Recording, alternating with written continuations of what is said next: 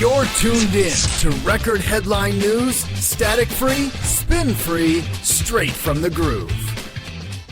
Good evening, humans, bots, and whatever's doom scrolling in between. I'm Record Head, and this is Record Headline News, the weekly broadcast where we park the spin, kill the team jerseys, and talk about what actually happened. No right, no billionaire whispering in my earpiece, just verified facts, clear context, and the occasional joke so we don't all lose our goddamn minds in the process. You see these two behind me? Every night it's the same cage match, one drenched in red, one drowning in blue, screaming like they're paid by the decibel. And they are.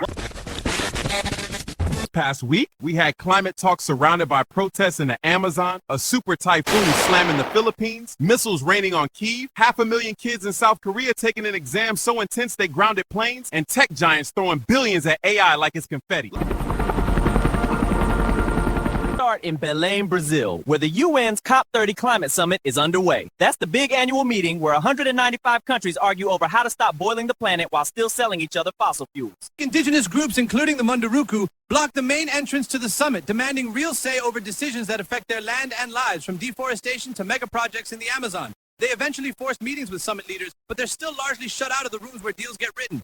The climate talks are packed with fossil fuel lobbyists, while the people living in the forest are literally stuck outside the door. Activists want a just transition that puts frontline communities first. So far, the UN's great at saying inclusion on the banner, less great at handing over the mic. At the same time, a global carbon budget report says fossil fuel emissions are on track to hit a record 38.1 billion tons of CO2 this year, up 1.1%.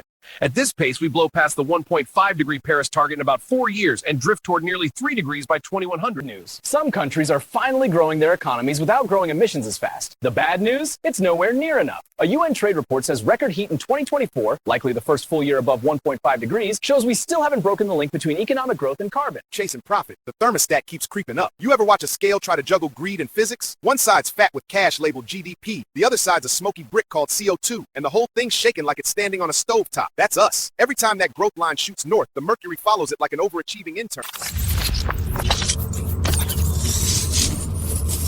To see what those numbers look like in real life, look at the Philippines, where Super Typhoon Fongwong made landfall on November 9th. Winds over 115 miles per hour, floods, landslides, and blackouts. At least 8 to 18 people killed and more than 1.4 million people displaced. Hit just days after Typhoon Kalmagi, which already killed over 200 people. The government has declared a state of emergency for a full year. Scientists keep saying climate change is making storms in that region more intense and more frequent. The storms heard them and said, bet.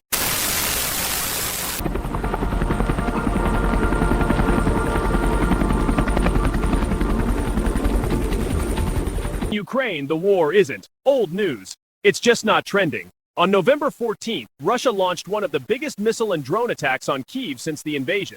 About 430 drones and 18 missiles, killing at least 6 people and injuring dozens, including children. Residential buildings, embassies, energy sites, all hit. Ukrainian defenses knocked some missiles down, but not enough to keep families from waking up under rubble. As usual, politicians trade statements on TV. As usual, civilians pay the bill in blood and broken homes. Flag you wave, here's the uncomfortable truth. War doesn't have clean heroes once it's grinding along like this. You've got violated borders, war crimes investigations, arms deals, and civilians trapped in the middle. Supporting people's safety and dignity shouldn't require picking a team jersey.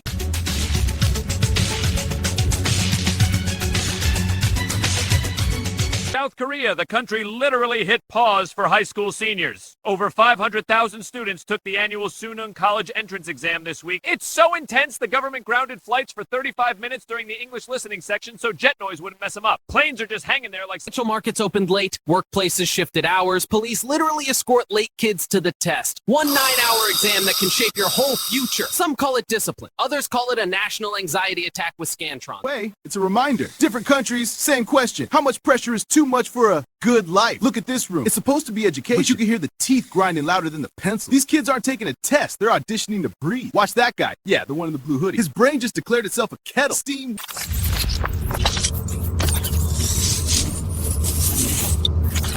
In big tech, Apple is reportedly set to pay Google around $1 billion a year to plug Google's Gemini AI into a revamped, quote, smarter Siri, while secretly building its own models on the side. So your phone's voice assistant is now basically a very expensive group project between frenemies. On top of deals like OpenAI and Amazon's multi-year $38 billion cloud agreement to feed AI models with hundreds of thousands of chips. Meanwhile, reports say orbital data centers and green hydrogen projects are ramping up. The AI arms race isn't just about chatbots, it's about who controls the infrastructure that runs the 21st century.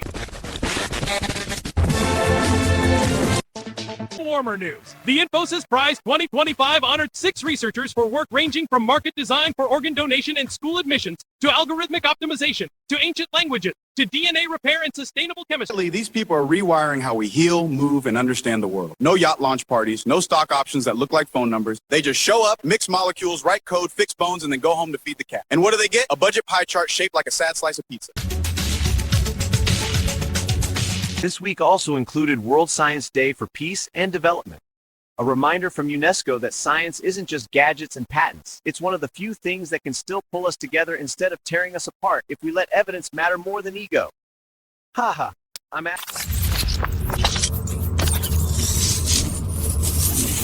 Well, that's this week. Climate summits under protest. Storms hitting harder. Wars still grinding. Kids taking exams that ground airplanes. And AI becoming the new oil rush while scientists quietly push the horizon forward. Record Head, this was Record Headline News. Static free, spin free, straight from the groove. Same time next week, if the world keeps falling apart, we'll at least explain how.